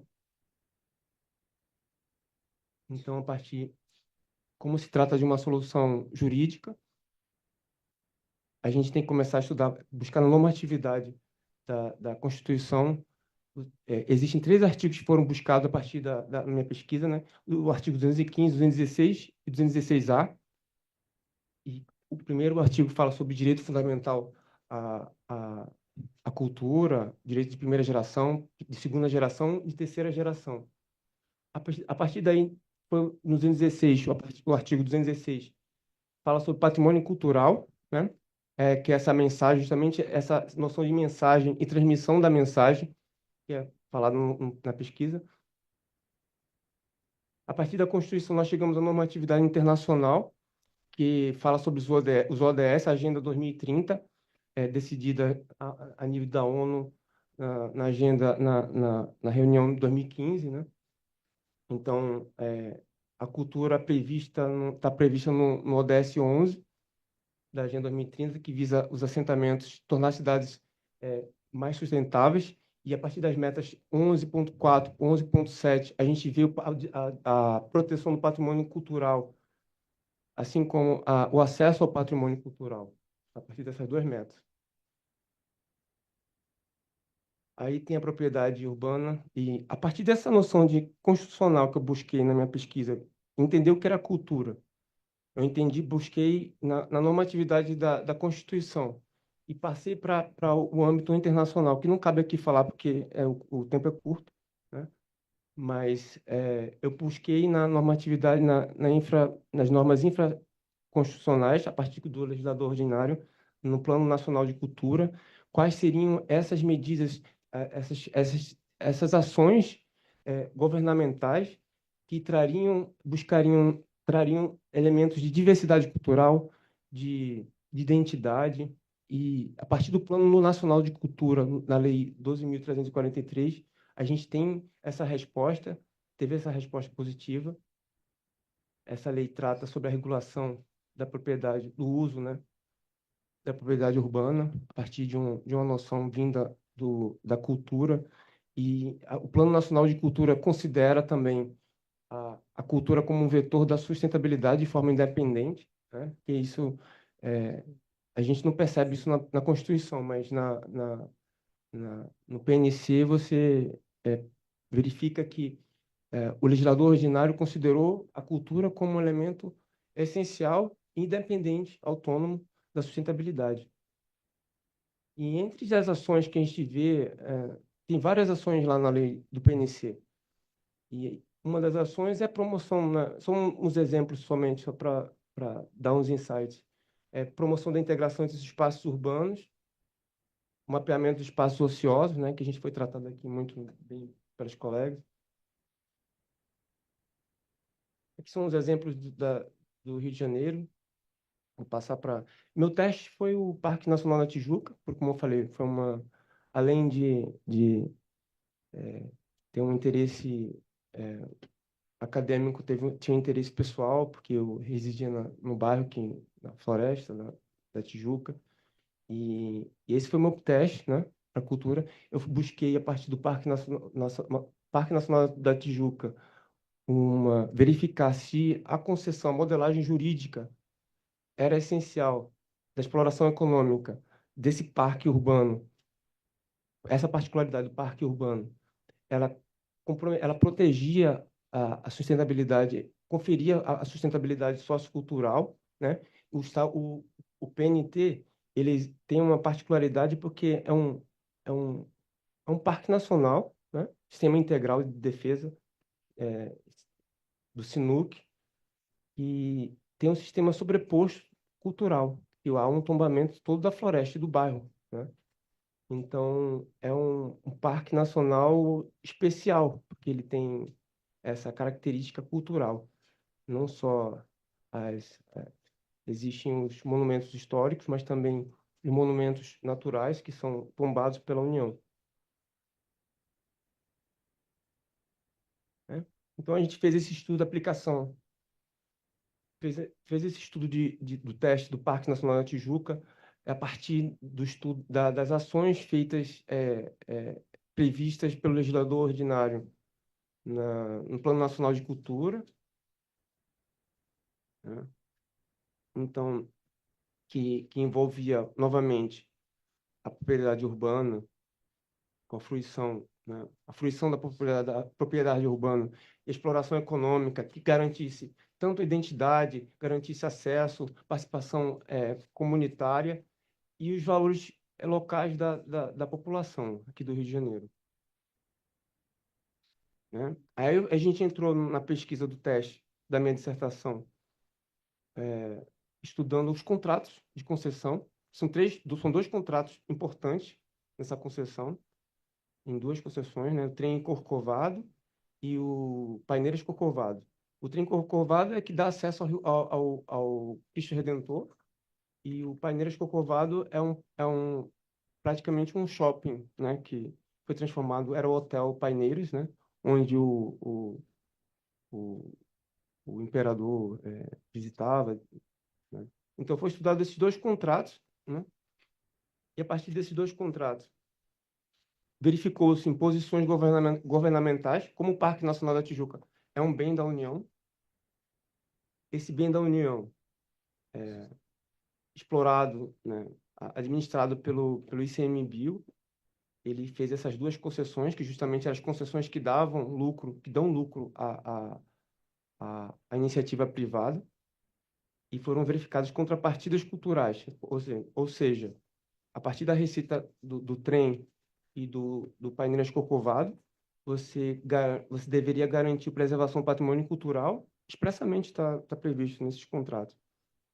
E o acesso gratuito.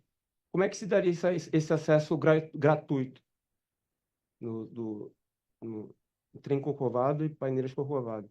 Seria haver criação de museus dentro do Paineiras Corcovados, com exposições permanentes, e a criação de vias alternativas para que a população tivesse acesso ao Cristo Redentor, né?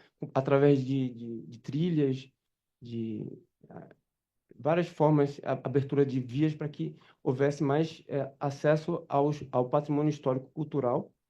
Como eu falei, o PNT, ele preserva não só a natureza, mas o patrimônio cultural, uma sobreposição. Aí está o trem Corcovado, as trilhas que são de acesso, mas existem várias trilhas que dão acesso universal ao Cristo Redentor, e justamente a justificativa dessa imposição é a cultura, né? Então, a resposta é que os contratos, o Parque Nacional da Tijuca, ele confere nos contratos, no contrato administrativo com o PNT, sim, a proteção sociocultural. Então, e o mais importante que foi verificado foi a musealização da natureza. Eles começaram, a partir da década de 50, a catalogar as plantas pertencentes a, ao, a- ao Parque Nacional, e, né, essas plantas foram catalogadas como objeto de museu mesmo. Então, essa é a novidade e essa é a minha resposta sobre o estudo. Muito bom. Fico tão satisfeito quando não preciso passar a plaquinha que o tempo foi esgotado. Né, Álvaro?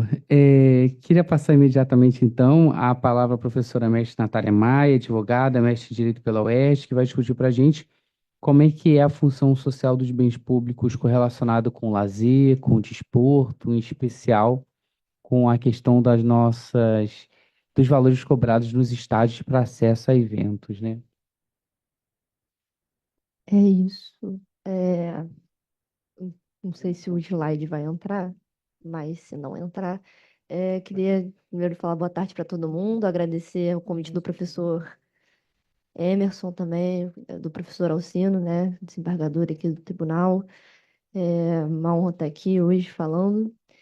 E eu até preparei, professor, uma fala um pouco mais abrangente do que o meu trabalho, né? Porque como eu foco muito na questão do futebol e dos estádios, e o tema era sobre o lazer, eu até preparei uma fala um pouquinho menos direcionada ao exatamente tema da minha pesquisa, embora relacionada. E, bem, eu queria falar então inicialmente um pouco sobre quando a gente fala sobre função social, né? A gente pensa na função social dos bens públicos e as funções sociais da cidade. Quando a gente fala de função social, a gente está pensando na que as nossas constituições, né, as constituições pós-liberais, como é a nossa Constituição de 1988, ela é uma Constituição que ela estabelece valores e projetos a serem perseguidos. Então, quando a gente fala sobre função social, a gente fala sobre executar esses valores, esses projetos que estão no texto constitucional, que aqui, né, durante o dia das palestras, a gente já falou sobre destinação dos bens para a moradia, a questão do domínio, mas essas funções, elas também, elas abrangem outros objetivos, né, também vão estar ali na concretização dos nossos direitos sociais, então o direito à cultura, o direito ao lazer, o direito à saúde, e os bens públicos, né, quando a gente pensa neles, eles têm que estar visando também atingir todos esses objetivos que estão no nosso texto constitucional.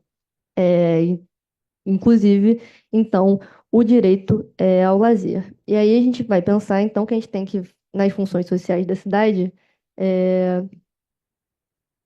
nas funções sociais da cidade, então, elas vão funcionar, elas não são uma categoria estanque, né? Elas são um feixe de direitos que a gente vai identificar a partir do texto constitucional.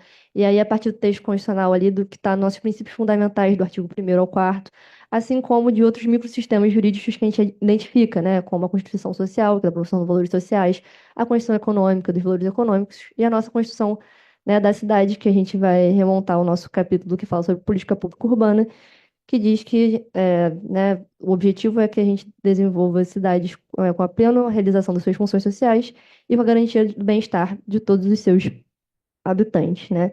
Então, a gente visa construir cidades, né, guiadas pelos valores sociais da cidadania, da dignidade da pessoa humana, que elas sejam livres, justas e solidárias, voltadas para a erradicação da pobreza e marginalização e para a promoção, né, do bem-estar dos habitantes, sem nenhuma forma de discriminação. E quando a gente vai pensar especificamente na função social do lazer, né? O lazer, ele, como eu disse, as funções sociais, elas não são fechadas, né? Mas o lazer, ele está previsto tanto no nosso artigo 6º, né, que são dos direitos sociais, como um direito social, ele está previsto no artigo 2º, inciso 1º do Estatuto da Cidade, como um dos direitos que representam as diretrizes, né, de realizar, enfim, de valores que devem ser efetivados no âmbito da cidade. Ele também está previsto lá na Carta de Atenas, desde a primeira Carta de Atenas, como forma de sobrenome de recreação, como algo essencial, né, para a promoção da dignidade da pessoa humana e da plena realização dos habitantes da cidade. Porque, muito embora muitos direitos sejam relevantes, quando a gente pensa em lazer, embora talvez seja um direito que a gente mencione menos, ele é um direito também tão importante quanto os outros, né? Porque o direito ao lazer, ele é relevante se você pensar no direito para você realização da saúde das pessoas, né? Ele é um direito que ele vai demandar que você tenha tempo para exercê-lo, né? Então, ele é um direito também que vai estar relacionado, por exemplo, a você ter o direito trabalhista, você ter um repouso remunerado para que você possa usufruir desse lazer que é tão importante para todo mundo, né? Todo mundo precisa de um momento de descanso. José Afonso, quando ele fala do direito de lazer, ele fala que o lazer é entrega à ociosidade repousante. E, sendo um direito social previsto no artigo 6º, espera-se que o poder público, e não só ele, né? Obviamente, os particulares também podem contribuir e contribuem para a efetivação desse direito ao lazer, mas ele deve estar ali com uma prestação material, né, com utilidade concreta para as pessoas. Então, o poder público ele deve agir para proporcionar o lazer nas cidades. E aí, tanto pelo uso dos espaços públicos, né, então, pela existência de praças, de, enfim, quadras esportivas, de cinemas, tudo quanto sejam equipamentos, né, que possam proporcionar o lazer para a população. É, Bem, enfim, o poder público tem que estar ali proporcionando esses locais. E o lazer, ele é um direito social que ele se relaciona à realização de outros direitos sociais, né? E aí, no meu trabalho, na minha dissertação, eu explorei bastante essa conexão entre a realização do direito ao lazer também com a cultura e com o esporte, né? Porque se você vai pensar é, no acesso, por exemplo, à cultura, né? Você ir a um museu, você ir a um cinema, você ter esse tempo para ir, você está realizando uma atividade, né, cultural, mas você também pode estar utilizando aquilo ali como seu momento de lazer, como também quando você vai fazer a prática de uma atividade física, né? Ou mesmo ir a um jogo, né? Acompanhar uma partida de futebol, de vôlei, de basquete, que seja. Esses são entrelaçamentos, né, que a gente pode perceber na efetivação dessa função social da cidade, né? Então, tanto do lazer, quanto do esporte, quanto da cultura. E é relevante que o poder público esteja atento a disponibilizar esses espaços, ou bem disponibilizar esses espaços e promover tanto fisicamente como a promoção de eventos, né, e serviços para isso. Eu, por exemplo, passo com frequência ali pelo jardim do Palácio do Catete, e lá, pelas quintas-feiras pela manhã, sempre tem aulas públicas e gratuitas, por exemplo, de capoeira, e, se não me engano, na outra hora que eu passo tem uma aula de yoga também, e até a população de rua também tem ali acesso a essas atividades, então seria um exemplo. Então, o poder público ele tem que estar ali, ou bem incentivar os particulares para que eles promovam essas ações que estejam disponíveis, né? E podem ser tantas ações pagas quanto gratuitas. O importante é que você tenha essa dimensão de que é necessário uma democratização, né? Um acesso a toda a população a esse direito que é tanta importância, né, para cada um de nós, né? Ter momentos de lazer é essencial para a saúde física e mental de todo mundo. E aí eu acho que esse ponto da democratização do acesso ao lazer é um ponto muito difícil, e eu acho que ele se relaciona muito com a questão dos bens públicos e com a sua função pública, porque a gente pensa que a distribuição de equipamentos de lazer, tanto pensando a nível nacional, regional, estadual e até na cidade do Rio de Janeiro, ela é, em geral, muito desigual. Existem áreas da cidade e áreas do nosso país que têm uma concentração enorme de equipamentos, né? E aí, pensando também no equipamento de qualidade, não adianta nada você ter uma praça no seu bairro que esteja abandonada e que uma criança, uma pessoa queira ir fazer qualquer tipo de atividade e não consiga usufruir daquele equipamento. Então, a distribuição desses bens, né, e o próprio acesso ao lazer, ele é muito desigual. Por exemplo, num levantamento recente do IBGE, e aí é muito ligado à questão dos bens de uso cultural, tem um levantamento que demonstra que 31,4% da população vive em municípios sem museus, e que em apenas 9% dos municípios brasileiros você tem acesso, por exemplo, a um cinema, que estão concentrados majoritariamente na região sudeste. E aí tem esse gráfico que demonstra o- a proporção de municípios que você tem de ter um deslocamento superior a 1 hora para você chegar a um equipamento cultural, por exemplo. Então, a gente percebe ali que na região norte, nordeste e na centro-oeste, comparado com a sul e sudeste, essa proporção de municípios em que você tem essa distância, né, esse real impeditivo de ter esse acesso ao lazer, ela é muito superior. E aqui na cidade do Rio de Janeiro eu também trouxe esses dados que são de 2013, que foram os mais recentes que eu consegui localizar, que demonstra também que os nossos equipamentos que nós podemos considerar para uso do lazer, que são equipamentos culturais, eles estão concentrados principalmente na região central da cidade e na zona sul da cidade, que são também as regiões onde habitam as pessoas de maior poder aquisitivo, né? E, então, como há essa desigualdade, essa dificuldade da promoção desse direito ao lazer, né? Também não é um direito que, vamos dizer, tem uma normatividade tão grande, mas é um direito essencial e muito relevante para todos nós e que o uso de bens públicos que estão sem destinação, ele é muito relevante. Por exemplo, recentemente aqui na cidade do Rio de Janeiro, a gente teve a criação de parques, né?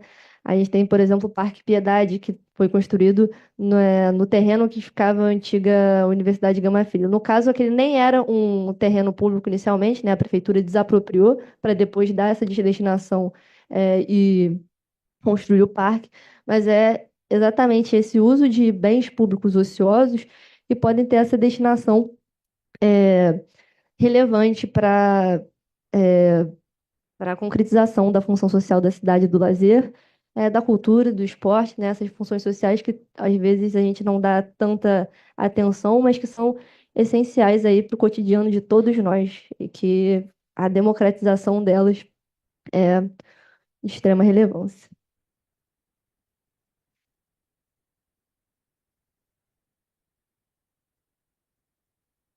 Muito bom, Natália. E passamos para a última apresentação do professor mestre Álvaro Edgar Pinho Simão, que é advogado, mestre em Direito pela UERJ, doutorando agora pela Universidade Federal da ABC, né? Parabéns. E ele vai conversar com a gente sobre a função social de um bem público que muitas das vezes nós não trabalhamos como bem, que é o orçamento, né? Que é justamente o dinheiro, que talvez seja o bem público que mais precisa ter uma funcionalização, né? E como a descentralização do orçamento é um problema, pelo menos a descentralização administrativa na cidade é um problema que nós não discutimos e acaba servindo a uma política de distribuição tão desigual quanto a cidade, uma cidade formal e informal, e uma cidade que acaba tendo, né, uma expressão de uma desigualdade de diversos pontos, inclusive do ponto de vista racial. Então, muito bom ouvir você, Al. Obrigado, professor. Belíssima introdução, professor. Obrigado. Meu trabalho também se esforçou bastante para trazer isso para o circuito científico. Queria fazer primeiro a minha autodescrição. Sou homem negro, cabelo cacheado, uso terno azul marinho, estou de camisa branca e uma gravata azul com bolinhas brancas. Quero agradecer ao professor Alcino, ao professor Emerson pelo convite. Fico à disposição para tantos outros convites vierem. Quero agradecer ao Fórum de Direito da Cidade da Emerge, o grupo de pesquisa Direito da Cidade, na qual eu faço parte também, na Comissão Temática de Consensualidade e Relações Fundiárias, e toda a organização do evento. Quero agradecer também a todos os trabalhadores, né? Desde o manobrista que pegou meu carro lá em São Paulo, até tantos outros que vão estar me dando auxílio até a chegada em São Paulo. Tantos outros aqui também estão fazendo os seus trabalhos, quero agradecer a eles também, né? São tantos trabalhadores que em muitas das suas funções, a cor da pele, ela é determinante para o seu recorte socioeconômico. São tantos trabalhadores de diferenças sociais e territoriais, muitas vezes não são percebidas no nosso cotidiano das cidades, né? A gente pode chamar essa falta de percepção racial uma relação, na relação de trabalho, ou a normatização dela, de discriminação indireta, né? Tem um grande pesquisador da UERJ, da UERJ, que é o professor Wallace Gorbo. Ele tem um livro maravilhoso de discriminação indireta, né? Ele fala sobre isso, né? Então, é um pouco do que eu vou falar hoje sobre o orçamento público, que foi o trabalho de mestrado, o professor já falou um pouco dele, né? E eu queria falar um pouquinho da experiência, uma experiência rápida para entender também um pouco da questão metodológica, da importância dos grupos de estudos, professor. que foi num grupo de estudo de Direito da Cidade que florou a minha pesquisa, porque eu estava num debate com um colega, um debate informal, a gente falando sobre as subprefeituras, a descentralização administrativa, tanto de São Paulo quanto do Rio de Janeiro. E ele falou, não, aqui os prefeitinhos a gente não tem dinheiro. Eu falei, não, mas aqui tem, como assim? Aí nasceu o meu trabalho, de pronto eu já fui lá com a minha lupa pesquisar um pouco melhor. E também, professor, da importância do grupo de estudo lá do Lar de São Francisco, lá no Direito, com a professora Eunice Prudente, que é o Laboratório Étnico-Racial Quilomboché, que lá também eu acabei me aprofundando ainda mais sobre a questão do racismo, né? Então, a importância do grupo de estudos está sendo transmitido, tantos pesquisadores estão assistindo, o pessoal que está fazendo a graduação, está em pesquisa, participem dos grupos de estudos. Bom, eu vou começar falando sobre racismo, porque foi uma tarefa árdua, não foi fácil. Tá aí, é até um pouco mais popular hoje, tem uns livros mais populares, mas eu queria ter uma fundamentação teórica que sustentasse a minha pesquisa. Então, eu já tinha uma teoria, que era a teoria crítica racial estadunidense, eu já estava fazendo a leitura no caminho da minha pesquisa, mas num grupo de estudo com a professora Eunice, eu tive contato com o trabalho da professora Aline Silva, que é o trabalho intitulado Uma Teoria Crítica Racial do Direito Brasileiro. Então, no trabalho, ela fala que desde os anos 80, o Brasil já tinha uma teoria crítica brasileira sobre a questão do racismo no Brasil. Então, essa tese de doutorado também foi importante para cruzar junto com tanto uma teoria crítica racial estadunidense, quanto o trabalho da professora Aline Silva. E aí por que eu trouxe essas duas teorias para o meu trabalho, que elas foram importantes? Porque elas partem do movimento histórico, para você entender o racismo, então você precisa conhecer, atravessar a história, né? No Brasil, no caso, a gente precisa conhecer a partir pós-abolição, você começar a entender as transformações territoriais e urbanas para entender o racismo nas cidades. Então, essas duas teorias, elas foram fundamentais, porque elas partem desse princípio. Olha, para entender o racismo, você precisa conhecer a história. Aí, tantos outros trabalhos eu fui me debruçando, como o trabalho da professora Lélia Gonçalves, que ela fala sobre o Lugares de Negro. Esse trabalho é fundamental, foi para mim traçar essa questão. Do professor Henrique Cunha, que é o trabalho do Espaço Público, Urbanismo em Bairros Negros. Do professor Aramis Gomes, Racismo Territorial. Esse trabalho também foi fundamental. Tive um contato, inclusive conheci o professor. Então, primeiro, eu tive que me adentrar em uma órbita científica um pouco mais aprofundada para entender um racismo, porque ela é complexa, né? Nós entendemos o racismo, esse racismo mais legalista, normatizado, né? Mas ela tem um outro mecanismo, racismo, que eu vou falar um pouquinho agora, e acho que vocês vão estar a entender quando eu demonstrar os próximos slides, que ela não é transparente, ela não mostra, ela não é tocável. É alguém que chega aqui e xinga esse copo, olha, você é tal coisa. Então, não é isso, né? Ela está aqui o copo, e você não consegue entender. Existe racismo aqui? Então, eu fui partir desse momento para entender o racismo urbano e territorial. Esse aqui, e aí, o que acontece? Fui entender a descentralização administrativa da cidade de São Paulo, né? As subprefeituras. A subprefeitura, ela nasce em 2002, com a Lei 13.399. Ela é fundamental, a gente observa, não sei se eu consigo aumentar, mas acho que vocês estão conseguindo ver. Ela atende toda a cidade de São Paulo, né? Todos os bairros, elas têm as subprefeituras. A subprefeitura é um símbolo da democracia participativa, porque ela aproxima o gestor na comunidade, no território. Não sei se... Tem a luzinha aqui? Não sei se trouxe essa luzinha. Ah, aqui, ó. É pra lá. Tá. É pra lá. Ei. Agora pra lá. Ah, Mas é acho que que eu aqui acho não que na afeta. TV, acho que na Aqui, ó. TV não Tá vai vendo? aparecer. Acho que não sei, acho que É. tá muito claro. Bom, Ah. enfim, as abas da cidade são as periferias. É isso. O centro tá no meio ali. É o centro da cidade de São Paulo. Mas está bem distribuído. Ok, joia. Quando eu vejo esse desenho, depois do debate que eu tive com um colega meu, eu falei, bom, deixa eu ver o orçamento dessas subprefeituras. O que é a subprefeitura? Deixa eu já até dar algum número para vocês, um número recente, de 2025, que foi a distribuição dos recursos. Em média, 35 a 40% dos recursos da prefeitura é dividido nessas 32 subprefeituras.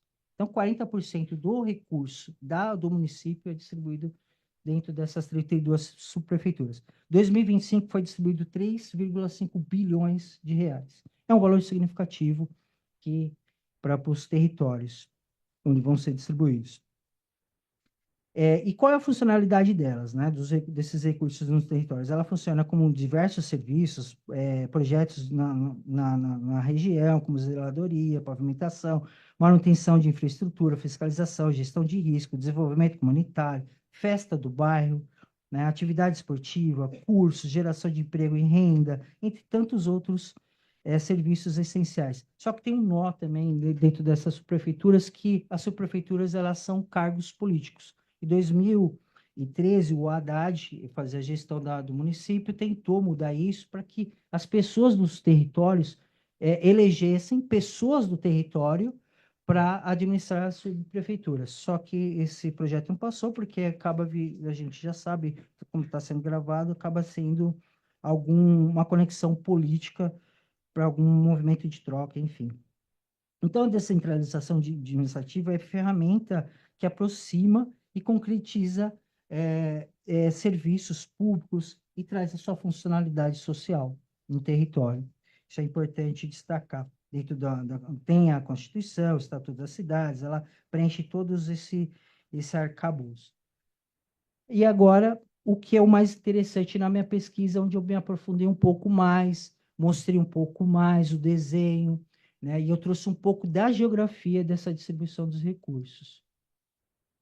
Primeiro a primeira coisa que eu observei, como que eu ia cotejar esse orçamento e fazer uma comparação social e socioeconômica, a partir do mapa da desigualdade da cidade de São Paulo. Tem a Rede Nossa São Paulo, que é um grupo de pesquisadores que fazem anualmente esse mapa da desigualdade. Então, por exemplo, esse que eu estou mostrando para vocês é 2024, já é informação 2024. Então, 2025 vai ser 2026. Então, eles lançam sempre um ano seguinte. Então, 2025 vai lançar 2025. Então, esse aqui já é o atual. Esse aqui é o indicador de população de pessoas pretas e pardas nos territórios. Então, vejam aí o desenho nas abas da cidade.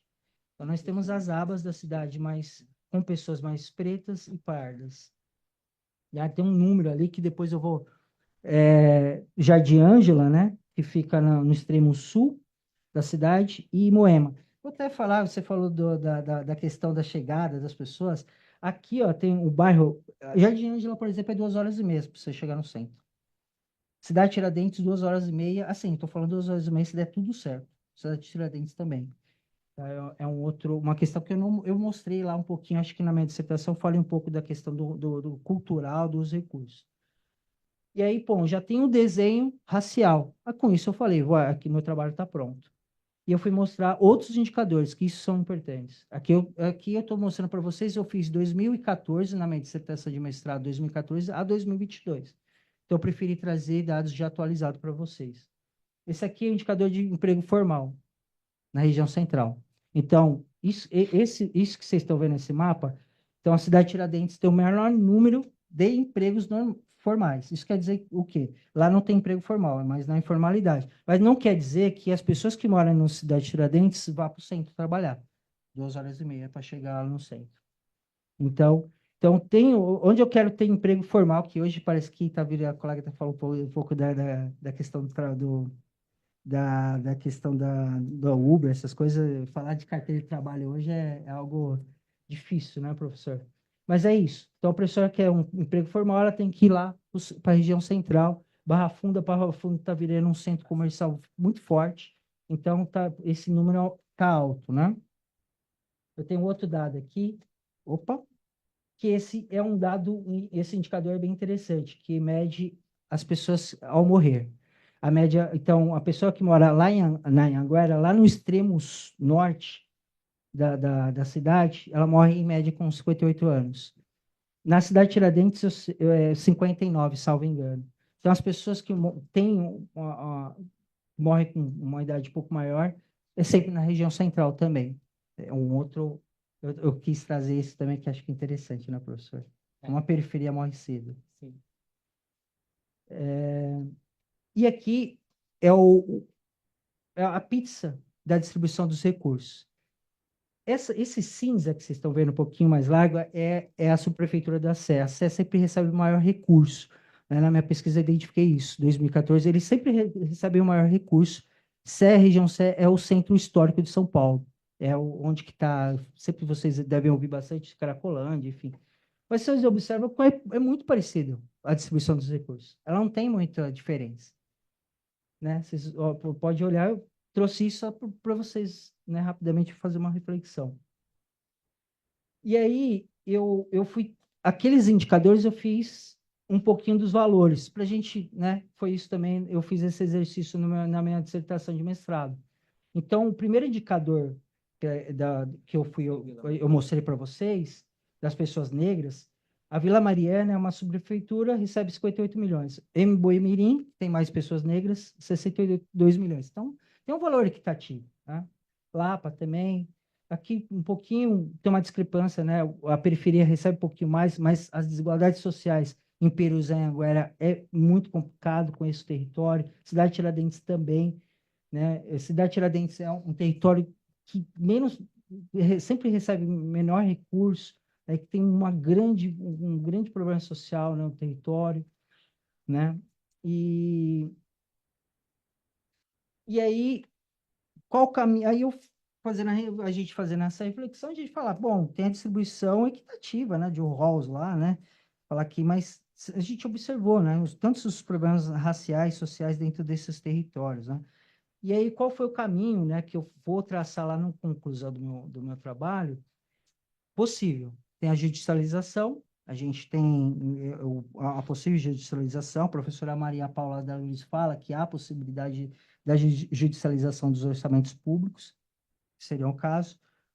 Há a questão do processo político, também é o caminho. Existe a FGV São Paulo, está fazendo uma parceria com alguns parlamentares lá do município, vereadores, né, tratando da distribuição dos recursos na cidade, e a participação popular é o outro caminho também, eu faço essa conclusão, mas a gente vê que a gente está com uma democracia brasileira um pouco, como que eu posso falar, no sinal amarelo, né? Eu venho falando que a democracia brasileira está no sinal amarelo. Então, acho que são esses três processos aí, elas estão um pouco... Não sei se há caminho agora, nesse momento, fazer há os debates, como eu disse, na FGV vem fazendo esse debate, eu acho que é importante lá no município de São Paulo. E para concluir, eu queria fazer justiça com o professor Wallace Gorbo, professor, porque eu não tive contato com o trabalho dele quando eu estava escrevendo. Mas eu comprei o livro, li o livro depois, e eu trouxe uma citação dele que eu acho importante para a gente refletir um pouco do que eu disse hoje. Assim, por exemplo, uma política pública que privilegia um determinado bairro em detrimento de outro usa um critério aparentemente neutro ou geográfico. A gente viu, neutro e geográfico. Está o desenho das prefeituras. Faz parte da política urbanística a tomada de decisões discricionárias sobre a organização do espaço, eventualmente beneficiando certas áreas e prejudicando outras. Imagine-se, no entanto, que se verifique na prática que o bairro prejudicado conta com uma maioria de habitantes pertencentes a um grupo protegido, por exemplo, pessoas negras, enquanto o bairro beneficiado tem perfil demográfico oposto de pessoas de maioria branca. Neste caso, o critério perde sua neutralidade aparente, produzindo o mesmo efeito discriminatório que decorreria de uma política que expressamente privilegiasse bairros predominantemente brancos em detrimento dos predominantes negros. Acho que é isso, professor. Terminei, meu. Obrigado. Muito bom. Então, nessa rodada final também, alguns trabalhos que eu fico muito feliz, né? Olhando assim para trás, já faz 7 anos que eu sou professor, que estou atuando no mestrado e no doutorado da UERJ, passa rápido, né? E poder olhar alguns trabalhos de dissertação, de tese de doutorado, me deixam particularmente muito satisfeitos, de alguns que foram meus orientandos, meus co-orientandos, né? Então, nessa rodada, o cuidado que o Misael teve de fazer ou de definir uma função cultural para os bens públicos e aplicar isso nos parques, para justamente delimitar a exploração econômica, eu acho que foi um avanço importante no tema, o modo como a Natália também ela mostra que, e passamos por isso na banca, né? Que o futebol não é uma questão só de esporte, é de lazer, não é só uma questão privada, é uma questão de interesse público, não é só uma questão de liberdade contratual, uma questão de regulação estatal, acho que é um contributo importante, né? E o Álvaro que consegue olhar para um tema que quase ninguém gosta de discutir em cidade, que é essa descentralização administrativa e subprefeitura, e ver, como eu já falei, que a divisão territorial da cidade é uma divisão territorial que sempre mostra para a gente quem está no centro e na periferia, literalmente, no centro e na periferia econômico, social e afins, e que a disputa pelo orçamento não é só uma disputa do bem público do ponto de vista financeiro, mas é uma disputa por reconhecimento, é uma disputa por redistribuição dos equipamentos urbanos. Então, eu queria parabenizar vocês três também por isso, entregando o certificado de vocês, né, do Misael, entregar o certificado da Natália, entregar o certificado do Álvaro, e se todos me permitirem, em razão do horário, eu proclamar o encerramento. Eventualmente, quem tiver dúvida pode conversar com as pessoas aqui na mesa. Quero agradecer a todos e todas que estiveram presentes aqui hoje, presencialmente, e a Emerge me pediu para lembrar também virtualmente. Tem muita gente que está assistindo o evento aí ao longo do dia. Obrigado a todos e todas. Eu vou, antes disso, fazer o sorteio de um livro entre os presentes da tarde. As palmas não foram para os palestrantes, as palmas foram para o sorteio. Não sei se vocês perceberam, né? Então, assim, isso mostra a relevância do sorteio. Você já foi lá no Museu do Futebol? Eu fui lá recentemente e aí estava tendo Já me pediram no WhatsApp para verdade, desconsiderar quem já foi sorteado anteriormente, como critério de justiça material. Número sorteado 7. Jonathan da Costa Silva, tá aí? Aê! O futebol chegou no Brasil, cara. Pode ir. Eu declaro encerrado o evento, agradecendo a todos e todas. Obrigado. E as fábricas? Sim. Tem que pegar lá O meu fora, pede lá trabalho para mim.